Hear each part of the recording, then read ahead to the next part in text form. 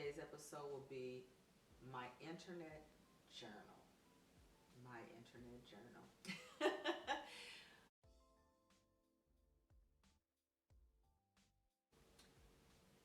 The internet journal was actually a mistake, and I just wanted to talk, and I did the talking, and then I ended up putting it on Facebook. I got a lot of response.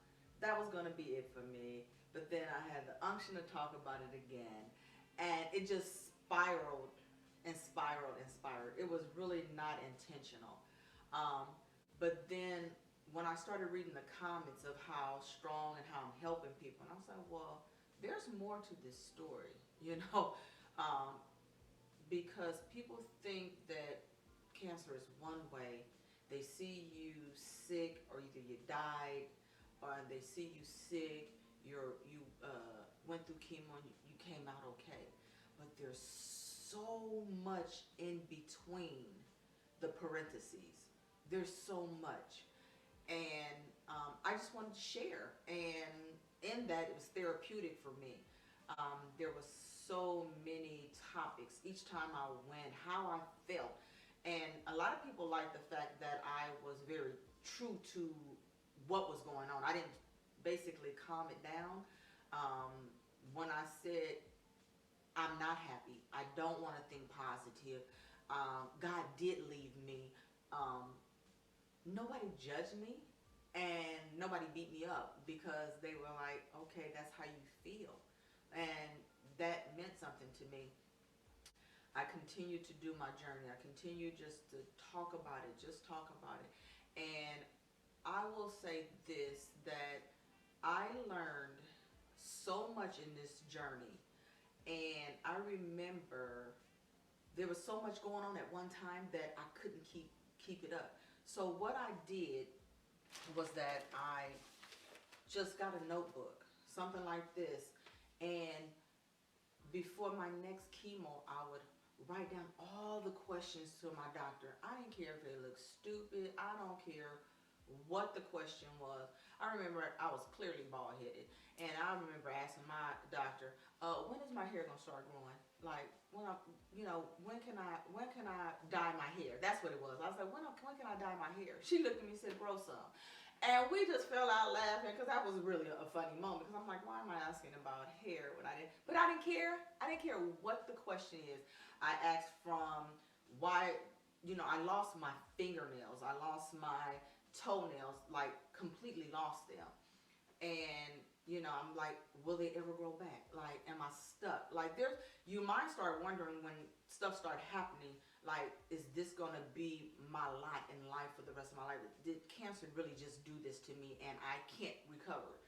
I remember doing my head shaving ceremony, and that one was actually, it was December 26th, 2016.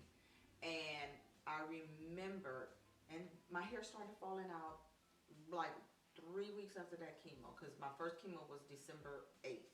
And I remember I just touched my hair, and I remember it falling out, and I just lost it. Like, and I had long hair, but I just lost it, because I just didn't want to feel like I'm losing everything. I'm losing everything. And I had some good friends and family. They all came over, and I did a head shaving ceremony and in support. And I remember them looking at me, but I couldn't see them. But they were looking at me for the first time with no hair. And I'm looking at their faces, and it was just disturbing. I seen some smiles, and then I seen some concerns, like, what is she gonna think? How's she gonna feel? Most of them were smiling, trying to bring an upbeat for me, and that was hard. And so my hair, I don't know, it's shrinking, but this was my hair. This bag was filled, and I just keep this. This was what I had. This was my hair.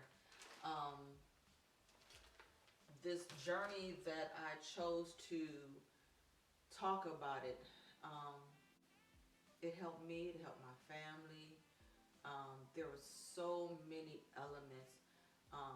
And I did get some people who like to push the envelope on holistic, um, I got so many inboxes on don't listen to the doctor. They just want to kill you. They just want to chop on you. They just want the money. Yeah, yeah, yeah, yeah, yeah, yeah, yeah. When your life is in a balance and you don't know what to do, and they have that, what they have done has scientifically proved to help people, you're going to ask me to do something that's going to take a long time.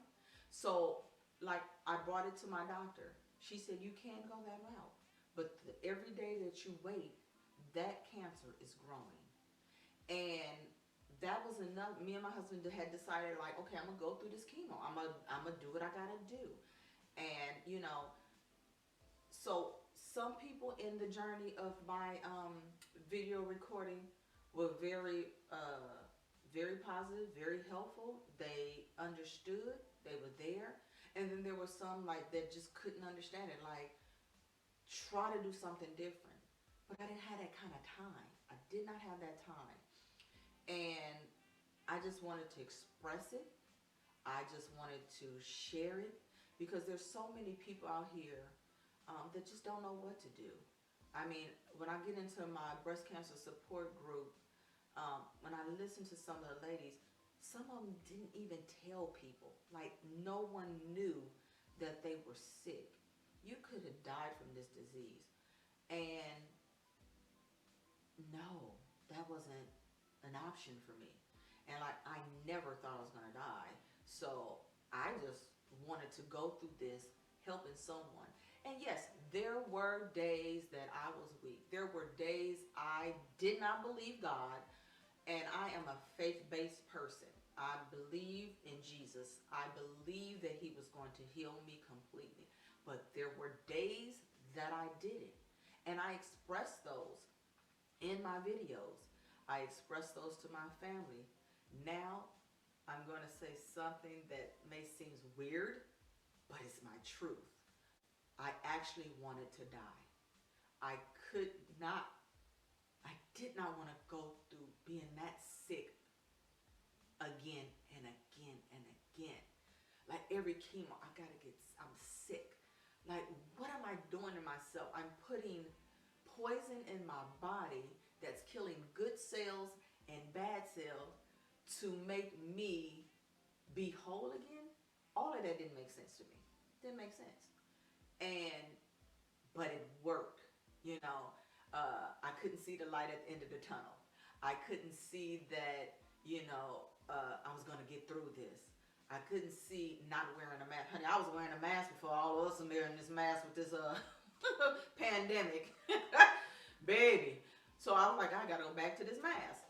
The mask is over, I remember being called sir a couple of times. And, I had no breasts and I was bald headed. And that was one of the most painful things in this journey, to be called sir.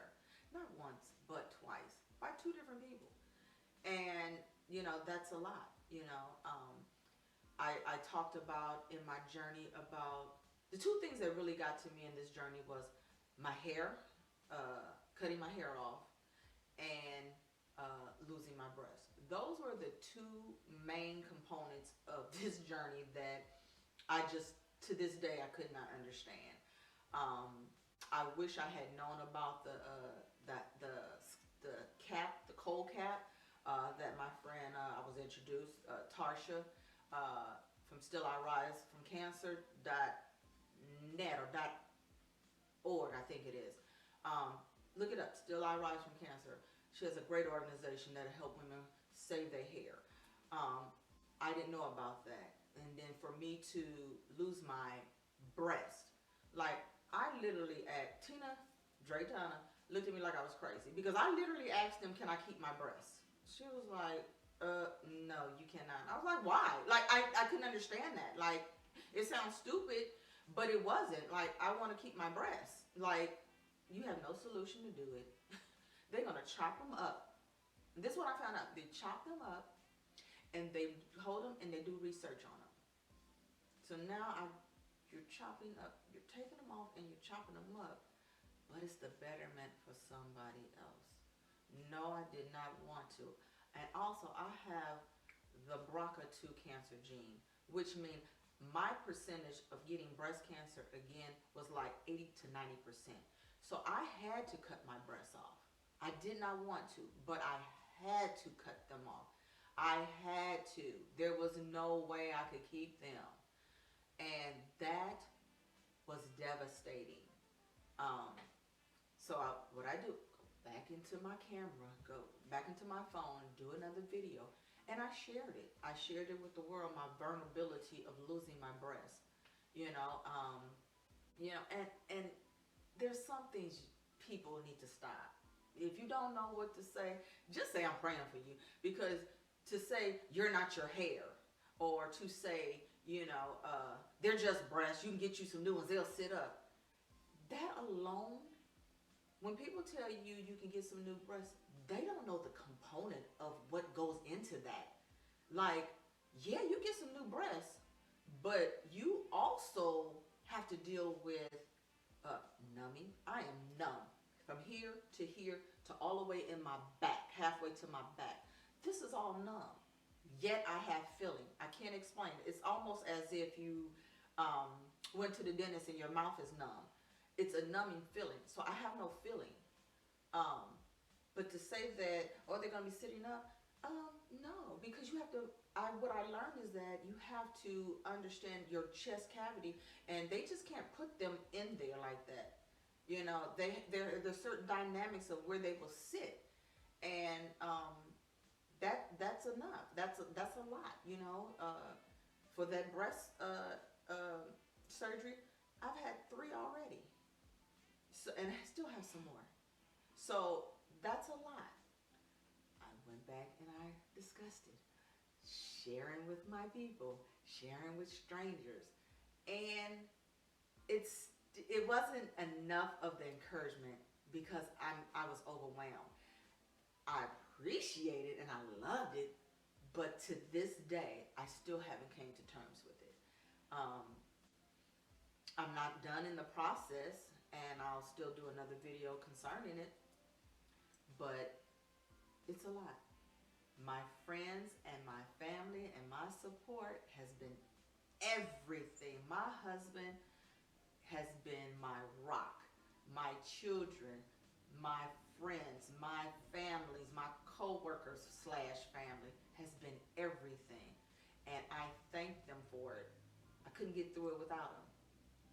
And I love them. And this is my truth.